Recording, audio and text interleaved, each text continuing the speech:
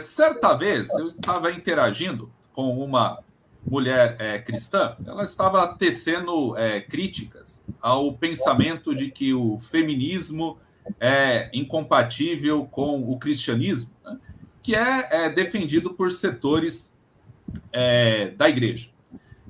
Eu simplesmente assim, bom, eu entendo o seu ponto, né, não quero complexificar, né, que há diferentes feminismos, né, então, assim como há diferentes psicologias, então as respostas são diversas, mas esse pensamento é endossado também do outro lado, né? Há feministas secularistas que entendem que é incompatível você ser feminista e ser cristã.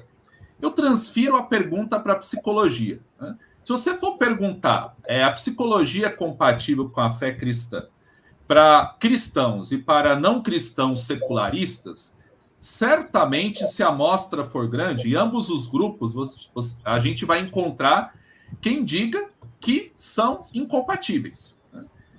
Qual é a resposta que você oferece para a negativa de compatibilidade para cristãos e não cristãos secularistas?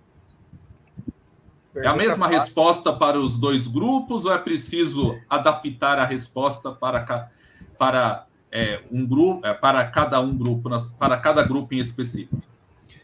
Pergunta é fácil, né?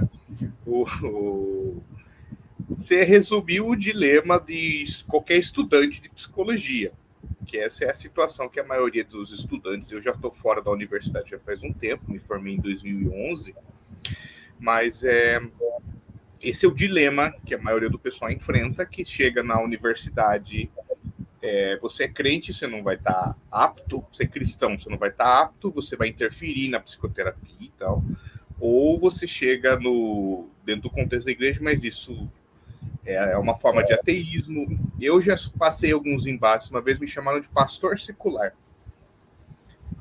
Eu fui chamado de pastor secular. Você é um pastor secularizado, você está querendo fazer o cuidado de alma, que é um trabalho de um pastor normal de igreja. Eu acho que são dois grupos diferentes e a gente tem que dar respostas diferentes para cada um desses grupos. Tá? Para o contexto mais secularizado, eu tenho uma impressão que a gente ainda tem um ranço muito positivista dentro do contexto acadêmico brasileiro. Então, aquela coisa assim, você é uma folha em branco, você tem que ser 100% neutro, uma forma de entender ciência de uma forma muito positivista ainda. E que, por exemplo, assim, se uma pessoa é cristã e ela não está habilitada para ser psicóloga, então qualquer pessoa que tem um conjunto de crenças ou um conjunto de valores próprios também estaria não habilitado. Né? Por que um cristão não pode exercer o papel da psicologia e um bandista pode, um marxista pode? Né?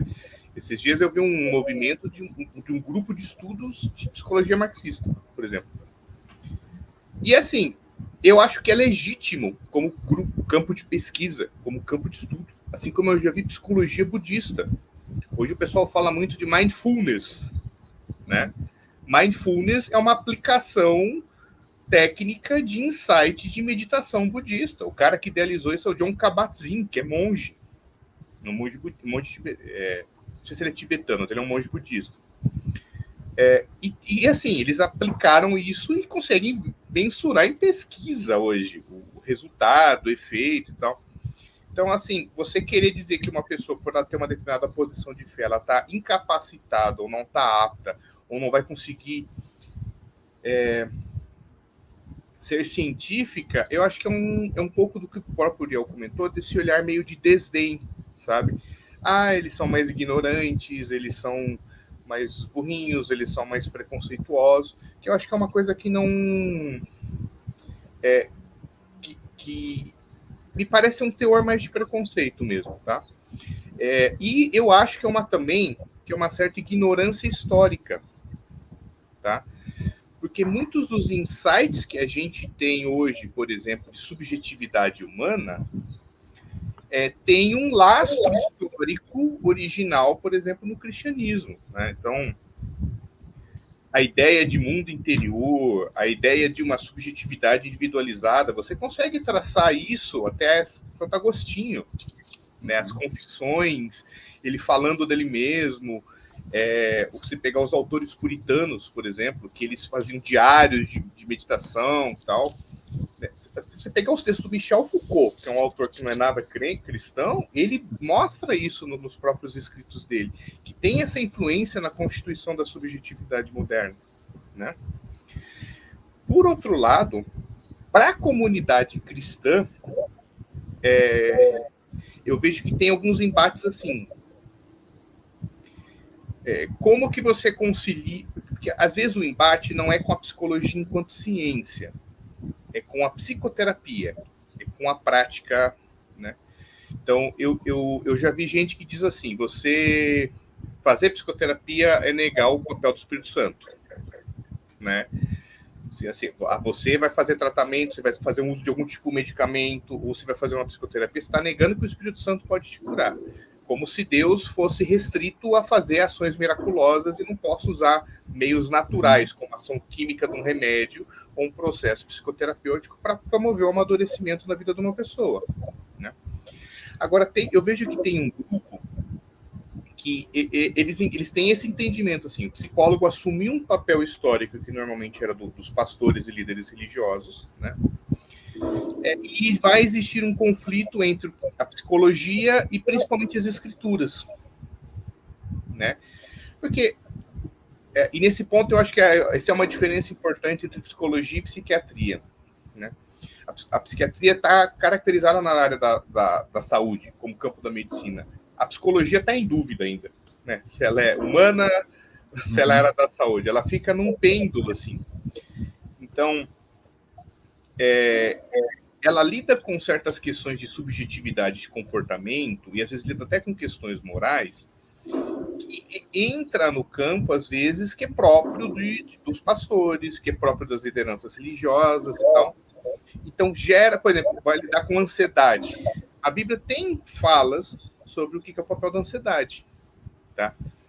O que muitas vezes não fica claro para quem está de fora é que o que a Bíblia descreve não é necessariamente o que a gente, como psicólogo, está descrevendo, né? Então, por exemplo, quando a Bíblia fala não andeis ansiosos por coisa alguma, ela não está descrevendo transtorno de pânico, não está descrevendo as formas que a gente estuda aquilo, né?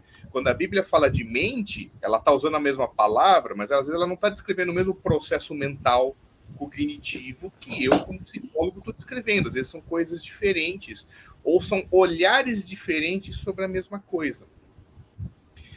E eu entendo assim, a psicologia ela é uma vocação legítima, que ela tem uma função...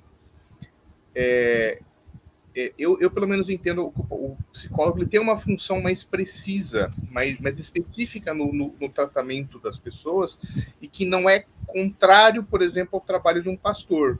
Ele é complementar, porque ele trabalha coisas diferentes. Então, eu não sou um pastor secular, eu não estou pastoreando alguém. Eu estou trabalhando com essa pessoa questões que não necessariamente o pastor dela vai trabalhar, ou ele vai focar em outras coisas.